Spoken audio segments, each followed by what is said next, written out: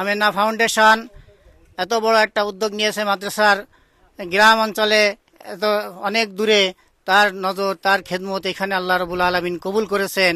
হয়তো আল্লাহ রাব্বুল আলামিন তার খেদমতটাকে কবুল করেছেন, এই জন্য আল্লাহ রাব্বুল আলামিন তার দ্বারা এখানে কারোর মাধ্যমে আমাদের হযরত মাওলানা ইমরান সাহেবের মাধ্যমে এখানে পাঠাই দিয়েছেন। মাদানীনগর মাদ্রাসা খুলনা জেলার এই প্রতিষ্ঠানের প্রতিষ্ঠাতা মোহতামিম প্রিন্সিপাল আমার ছোট ভাই মাওলানা শফিউল্লাহ সাহেব, উনি আজকের এই কুরবানির এই মহতী অনুষ্ঠানে কিছু গুরুত্বপূর্ণ আলোচনা রাখবেন।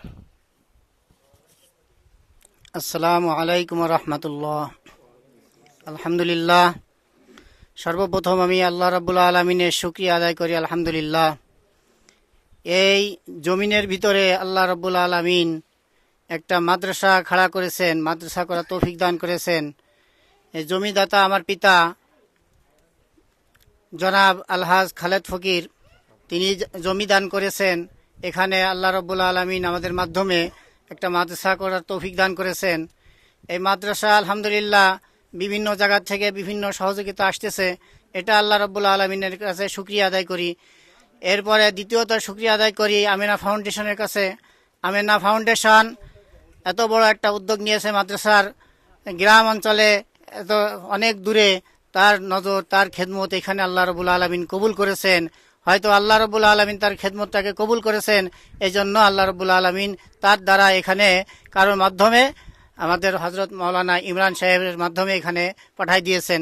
এই জন্য আল্লাহ রাব্বুল আলামিন এই যারা খেদমত করতেছেন এই লাইনে আমেনা ফাউন্ডেশনে, আল্লাহ রাব্বুল আলামিন যে ফাউন্ডেশনকে কবুল করুক, আরো দীর্ঘ বড় বড় এরকম খেদমত করার তৌফিক দান করুক। এরপর আরো আল্লাহ রাব্বুল আলামিন তাদের নেক হায়াত দারাজ করুক, এই দোয়া করি। আল্লাহ রাব্বুল আলামিন যেন এই ছোট ছোট কচি কচি বাচ্চাদের মুখে প্রতি বছর হাসি ফুটাইতে পারে, সেই জন্য আমি আবেদন করব। ইনশাল্লাহ আমাদের দিকে সবসময় খেয়াল রাখবেন, মাদ্রাসার দিকে খেয়াল রাখবেন। ইনশাআল্লাহ মাদ্রাসা আপনাদের খেয়াল হলে দিন দিন তারাক্কি হতে থাকবে ইনশাল্লাহ। দোয়া করি আল্লাহ রাব্বুল আলামিন আপনাদেরকে কবুল করেন, মাদ্রাসাকে কবুল করেন। আমিন।